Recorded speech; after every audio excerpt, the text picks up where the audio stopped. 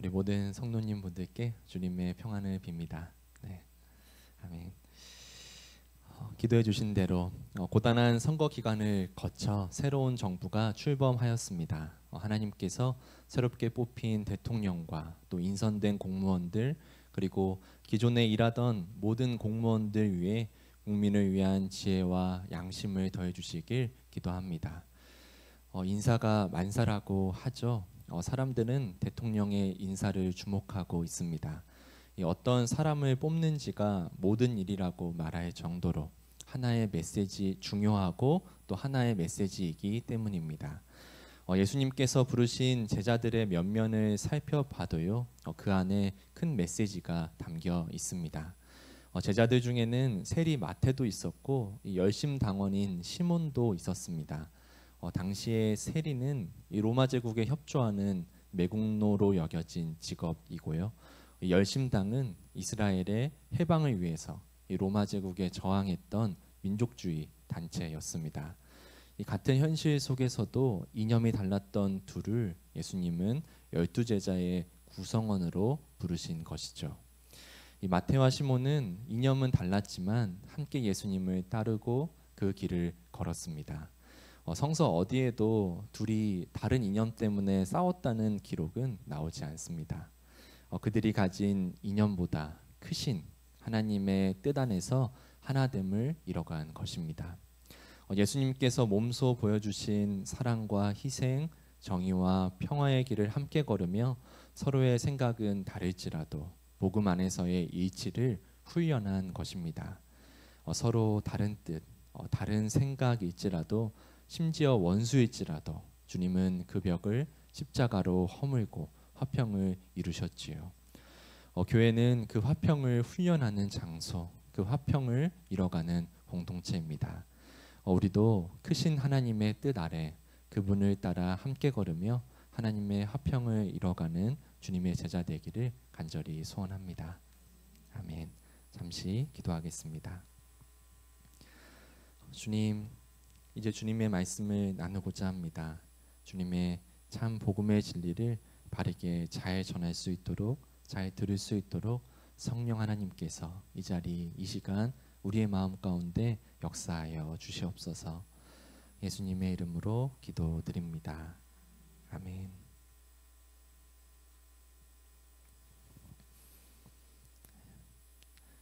지난 5월 SPC 계열사 공장에서 또 한 번의 안타까운 사고가 발생했습니다. 50대 노동자가 기계에 윤활유를 뿌리는 작업 중에 기계에 끼어 목숨을 잃었습니다. 2022년 10월, 2023년 8월에 이어 세 번째입니다. 불가피한 사고라고 보기에는 사고 간격이 너무 짧고 그 무게는 너무 큽니다. 공식적으로 밝혀진 통계에 따르면 최근 4년 반 동안 SPC 그룹의 주요 계열사에서만 572건의 산업재해가 발생했습니다. 한 달 평균 10건 이상의 사고가 꾸준히 이어졌다는 뜻입니다. 한 회사만의 문제가 아닙니다. 2023년을 기준으로 우리나라는 매년 약 600명의 노동자가 산업 현장에서 생명을 잃고 있습니다. 하루 평균 1.6명이 일터에서 가정으로 돌아오지 못하고 있는 것이지요. 왜 이런 일이 이렇게 반복돼서 일어날까요? 기계가 고장나거나 단지 운이 나빠서일까요? 아니면 노동 현장에서 사람의 생명이 충분히 존중받지 못하고 있는 이유일까요? 사람을 단지 회사의 이윤을 위한 수단으로 여기고 인건비와 안전비용을 최소한으로 줄이고 생산이익을 최대한으로 높이는 구조와 문화가 우리나라에 자리 잡고 있다는 반증으로 느껴집니다. 이런 사고를 방지하고 기업의 책임을 강화하기 위해서 2022년부터 관련 법이 시행되고 있지만요. 이 통계를 보아서 아시겠지만 단지 이 법적인 제재만으로는 이런 현실을 바꾸기는 어려워 보입니다. 결국 문제는 우리 사회가 사람을 어떻게 보느냐에 달려 있습니다. 사람을 이윤의 수단으로 볼 것인지, 존엄한 생명으로 볼 것인지, 우리 신앙의 언어로 말하면 사람을 하나님의 형상으로 볼 것인지 말입니다. 사람을 보는 시선이 달라져야 노동 현장의 기준이 바뀌고 이 사회 전반의 노동 문화와 구조도 바뀐다고 생각이 듭니다. 오늘 본문에서도 한 사람이 등장하는데요. 그는 나면서부터 걷지 못하는 지체 장애인이었습니다. 매일 성전 미문 앞에 놓여 구걸하며 살아가는 이 사람은 당시 사회 속에서 부정하고 무력한 존재, 사회로부터 배제당한 존재였습니다.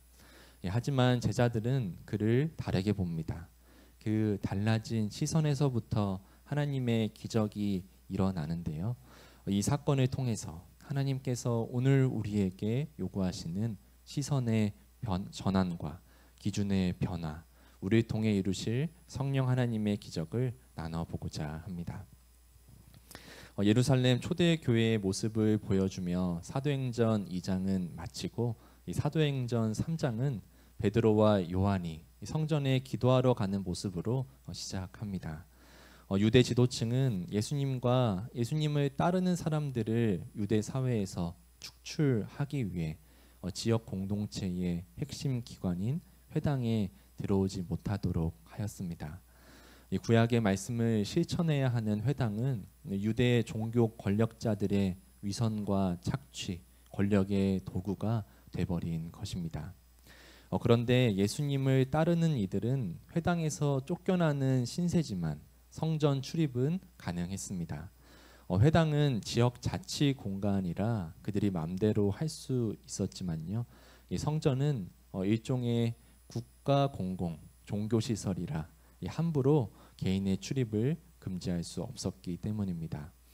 그리고 국가 시설의 최종 권한은 이스라엘이 아니라 로마 제국이 가지고 있었기 때문에 유대 지도층인 종교 지도자들도 이 제자들의 성전 출입은 어찌할 수 없었습니다. 그래서 베드로와 요한은 이 유대 전통을 따라서 기도하기 위해 성전에 올라갈 수 있었습니다. 제자들은 유대 전통의 예언과 약속이 예수님 안에서 성취되었기 때문에 유대 전통의 연속선 위에서 예수님을 믿는 신앙을 고백했습니다. 즉 자신들이야말로 진정으로 유대 전통을 계승하고 완성시키는 자로 인식했던 것이죠. 그러나 시간이 지날수록 유대교 전통을 넘어선 그리스도교 공동체로서 분리되었습니다. 이 베드로와 요한은 오후 3시에 기도하러 성전에 올라갔는데요. 유대인들은 하루에 3번 기도드립니다. 오전 9시, 정오, 오후 3시에 예루살렘 성전에서 기도했습니다.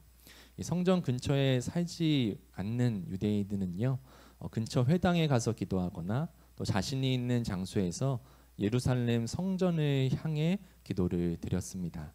우리가 다니엘을 기억하면요, 그 바벨론에서도 그 창문을 열고 예루살렘 성전을 향해서 기도했잖아요. 그리고 지금도 유대교를 믿는 유대인들은 자신이 살고 있는 위치에서 예루살렘 성전을 향해서 기도한다고 합니다. 앱도 있다고 하더라고요. 이 베드로와 요한이 이 성전에 출입해서 기도하는 곳을 향해 걸어가고 있던 중이었습니다.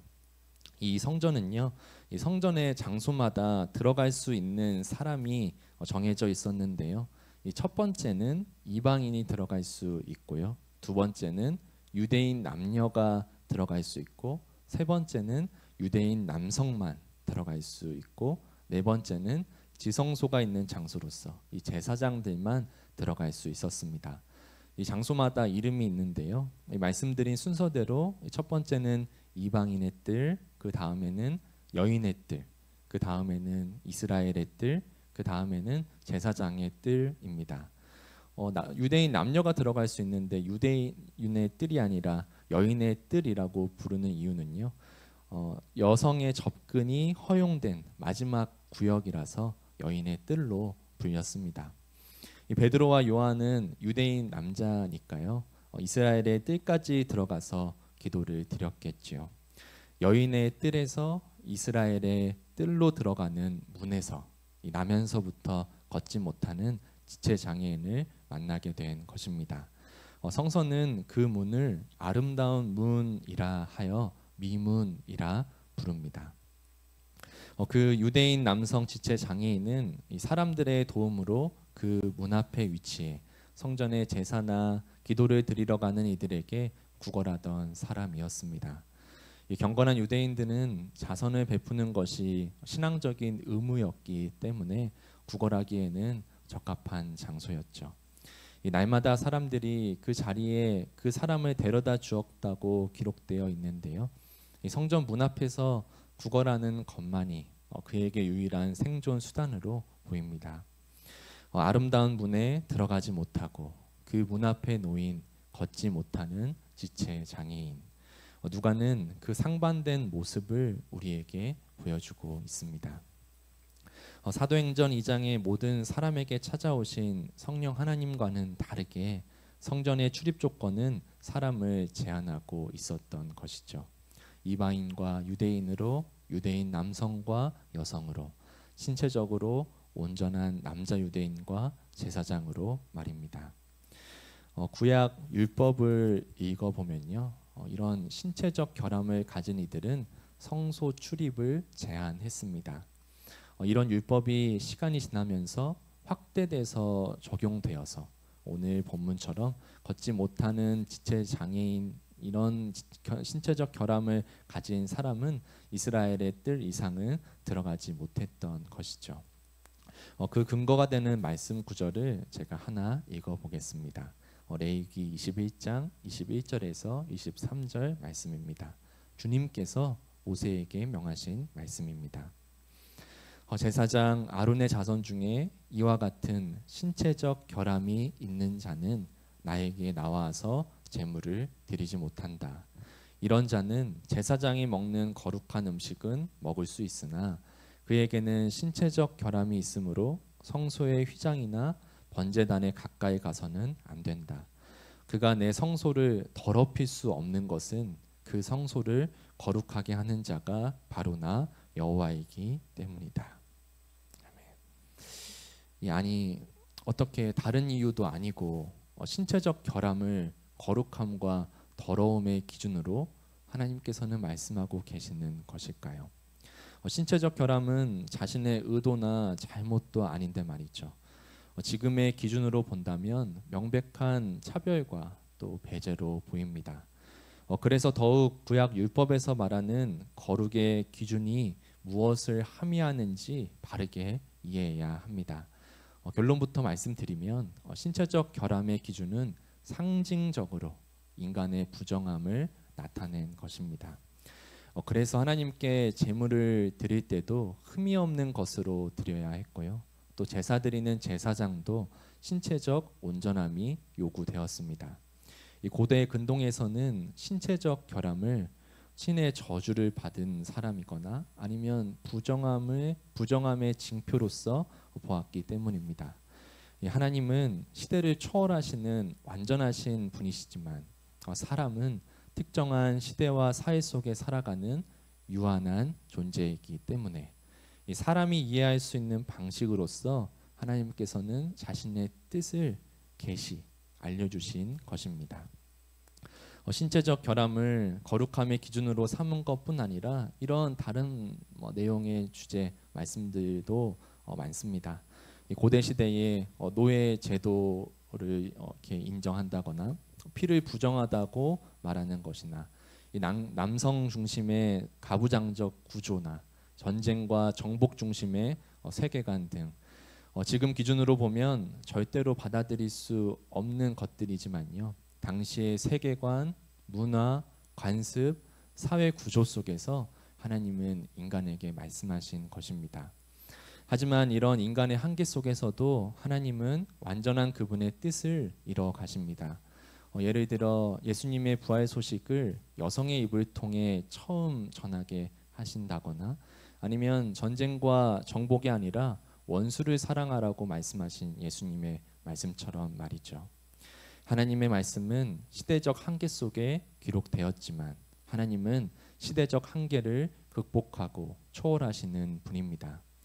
이 걷지 못하는 지체 장애인이 성전 가까이에 나아갈 수 없는 오늘 본문도 이에 해당하는 말씀입니다.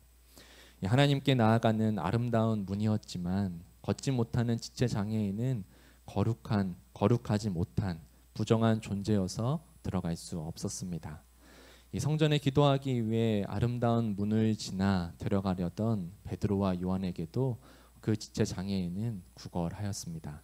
그런데 베드로와 요한은 그 사람을 눈여겨 봅니다. 이 눈여겨 본다고 해석된 헬라어 단어는요, 그냥 스쳐 지나가듯 보는 것이 아니라 의도적으로 집중해서 본다는 뜻입니다. 이 베드로와 요한은 지나가다 우연히 시선을 마주한 게 아니고요, 의도적으로 마음과 눈을 집중하여서 그를 바라본 것입니다. 이 성령의 임재를 경험하고 그분의 통치 아래 살아가는 사람은 그들의 시선부터 바뀝니다. 그들 내면의 기준과 질서가 바뀌므로 그들이 바라보는 사람과 세상을 다르게 보기 시작합니다. 즉 그들의 세계관이 변화된 것입니다. 일상적인 풍경처럼 아무렇지 않게 그를 지나칠 수도 있었지만 베드로와 요한은 그를 주목합니다. 예수님께서 자신을 향해 도움을 청하던 이들을 그냥 지나치지 않으셨던 그 국률의 마음으로 말입니다. 단지 몇 푼의 돈을 구걸하는 그에게 베드로와 요한은 우리를 보라고 말합니다. 아마 그 지체 장애인은 이렇게 보라고 말하는 것을 보면 돈을 좀 쥐어주겠구나 라고 생각하고 두 사람을 빤히 쳐다보았습니다. 주님의 얼굴이 우리 향해 있듯 베드로와 요한은 그 사람과 얼굴을 마주합니다. 그리고 베드로가 그를 향해 이렇게 말합니다. 당신이 원하는 은과 금은 내게 없으나 내게 있는 것을 그대에게 주니 나사렛 예수 그리스도의 이름으로 일어나 걸으시오. 예수 그리스도, 그 이름 안에 살아가는 자의 담대한 선포로서 하나님의 기적은 나타났습니다. 나면서부터 걷지 못한 지체 장애인은 벌떡 일어나 걸었고 뛰기도 하였습니다. 구걸하던 문 앞에서 생전 처음 그 문 안으로 들어가서 하나님을 찬양하며 하나님 앞으로 나아갔습니다. 그런 그의 모습을 보며 주변 사람들은 신기하게 여겼죠. 그래서 그는 단지 기적의 수혜자가 아니라 하나님의 증거자가 되었습니다. 이 내용이 오늘 본문 6절에서 10절까지의 말씀인데요. 한번 함께 읽어보기 원합니다. 우리 6절부터 10절 함께 읽겠습니다. 베드로가 말하기를 은과 금은 내게 없으나 내게 있는 것을 그대에게 주니 나사렛 예수 그리스도의 이름으로 일어나 걸으시오 하고 그의 오른손을 잡아 일으켰다. 그는 즉시 다리와 발목에 힘을 얻어서 벌떡 일어나서 걸었다. 그는 걷기도 하고 뛰기도 하며 하나님을 찬양하면서 그들과 함께 성전으로 들어갔다. 사람들은 모두 그가 걸어 다니는 것과 하나님을 찬양하는 것을 보고 또 그가 아름다운 문 곁에 앉아 구걸하던 바로 그 사람임을 알고서 그에게 일어난 일로 몹시 놀랐으며 이상하게 여겼다. 아멘. 걷지 못한 지체 장애인의 육체적 회복은 그의 신앙의 회복이자 사회적 존재로서의 회복이기도 했습니다. 신체적 결함의 기준 때문에 하나님 앞에 거룩하지 못한 자에서 하나님을 찬양하고 하나님 앞에 나아갈 수 있는 하나님을 예배하는 사람이 되었습니다. 그 기준 때문에 공동체 구성원으로서도 배제당했지만 이제 온전한 공동체 구성원이 되었습니다. 여기서 끝이 아닙니다. 이 성령 강림 이후 성전에서 일어난 이 사건은요, 걷지 못한 한 사람의 치유 기적 그 이상의 의미를 지닙니다. 유대인과 이방인, 혈통의 기준, 성별의 기준, 신체적 기준, 신분의 기준으로 성전 출입을 제한했던 시대 속에 그 기준과 한계를 넘어서는 극복하시는 성령 하나님의 역사를 우리에게 보여주고 있는 것입니다. 이제 선지자 요엘의 예언대로 모든 사람에게 임하시는 성령 하나님의 시대가 시작되었음을 알려주고 있는 것입니다.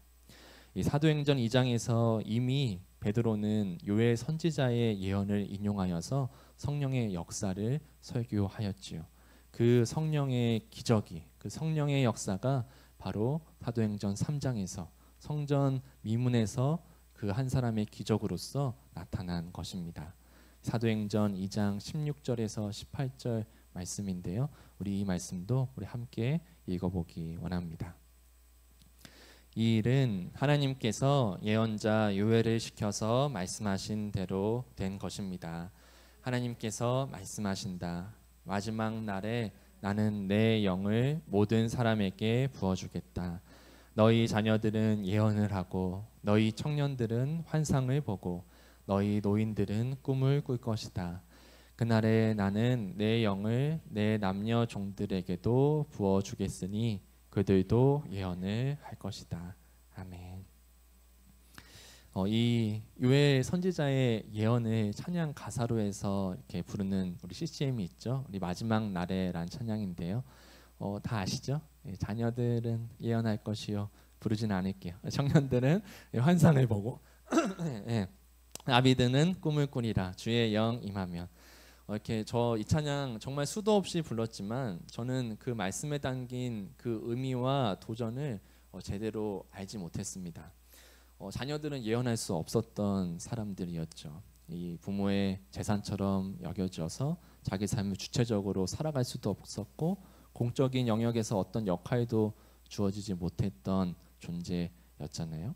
그리고 청년들은 환상을 볼 수가 없던 사람들이었습니다. 그저 현실에 살아가는, 그저 그 사회 속에 노동력의 존재로서 살아가는 사람들이었고요. 그리고 노인은요, 꿈꿀 수 없는 사람들이었죠. 과거에 머무르는 사람, 쓸모없는 사람, 공동체의 결정 권한은 있지만 미래를 꿈꿀 수 없는, 그저 현재만을 살아가는 사람들이었습니다. 그러나 성령이 임하시면 자녀들은 예언을 하고 청년들은 환상을 보고 아비들은 꿈을 꾸게 되는 것입니다. 요엘 선지자가 예언하던 시대는 특별한 혈통과 성별, 특별한 신체와 신분만, 특별한 사람만 예언하고 환상을 보며 꿈을 꾸던 시대였습니다. 그런 시대의 한계 속에서도 하나님은 성령의 시대를 약속하셨고 예수님을 통해 완전하게 그 뜻을 이루신 것입니다. 새로운 성령의 시대로서 모든 육체 위에, 모든 이들 위에 하나님의 영이 찾아오셨습니다. 그리고 그것을 경험한 성령 하나님의 임재와 통치 안에 살아가는 자들이 그런 시대의 기준과 한계 속에서 하나님의 문 앞에 머무르는 이들을 하나님 앞으로 데려오기 시작했습니다. 예수님께서 그러하셨고 베드로와 요한이 그러했습니다.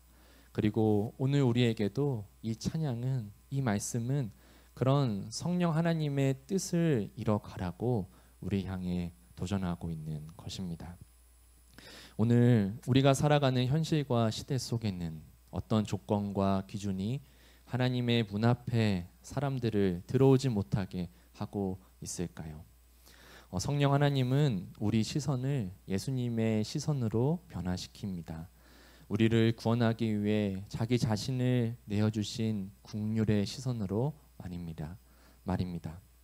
예수님의 시선으로 세상을 바라보며 예수님의 이름으로 말하고 행동하는 자들을 통해 성령 하나님은 그런 세상을 변화시키십니다.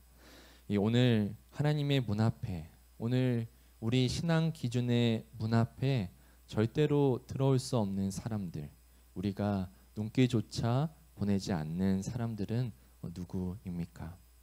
우리 현실 속에 무가치하게 여겨지고 더럽다고 손가락질 받고 공동체로부터 배제당하며 이 사회로부터 축출해야 하는 대상으로, 쫓아내야 되는 대상으로 여기는 사람은 누구입니까?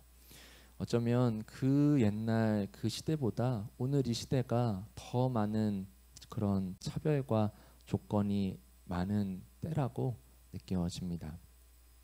나이와 성별의 조건, 어떤 지역에 사는지, 어떤 집에 사는지, 어떤 가문인지, 어떤 대학인지, 어떤 인종인지, 어떤 국적인지, 어떤 성적 지향을 가지고 있는지, 어떤 정치 이념을 가지고 있는지, 정말 수도 없는 조건과 차별의 눈으로 서로가 서로를 바라보는 시대 속에 우리는 살아가고 있지요. 만약 우리가 그 베드로와 요한이 살아가던 그 시절, 그 시대 이스라엘에 우리가 살아간다면요, 우리는 이스라엘의 뜰은 고사하고 이방인의 뜰에 머물러야 하는 사람들입니다. 우리는 유대인이 아니잖아요. 우리는 이방인이잖아요. 그런 우리가 하나님의 문 앞이 아니라 오늘 이렇게 하나님 앞에 나아갈 수 있게 된 이유, 그 이유를 우리가 잊지 않고 살아간다면 적어도 하나님께 나아오는 다른 사람들을 막아서거나 쫓아내는 사람은 되지 못할 것입니다. 예루살렘 성전의 아름다운 문 앞에 있던 걷지 못하는 지체 장애인의 치유 기적, 오늘날 우리가 붙잡아야 하는 건 걷지 못하는 사람을 걷게 해달라는 기적만이 아니라 걷지 못하는 사람도 성전에 들어갈 수 있는 기준을 새롭게 하는 것, 그런 교회를 세워가는 것 아닐까요? 예수님의 시선으로 바라보며 예수님의 이름으로 행한다면 오늘 우리에게도 성령 하나님의 기적은 동일하게 역사하실 것입니다. 걷지 못하는 사람이 걷게 된 일만이 기적이 아니라 성전 문 앞에 있던 자를 하나님 앞으로 데려오는 일이 기적입니다. 한 사람의 지체 장애인이 치유받아서 성전에 들어간 일만이 기적이 아니라 육체적 결함을 가진 모든 이들이 성전에 들어갈 수 있게 된 일이 기적입니다. 성령님의 오심을 다시금 기억하는 성령 강림주일, 성령 하나님의 임재와 통치로부터 우리 시선이 예수님의 시선으로 변화되기를, 우리 삶이 예수님의 이름 안에 살아가기를, 우리가 이미 성령님의 기적을 입은 자로서 하나님의 문 앞에 들어오지 못하는 이들을 하나님 앞으로 데려오며 이 시대의 기준과 한계를 극복하는 기적의 통로로 살아가기를 간절히 축원드립니다. 아멘.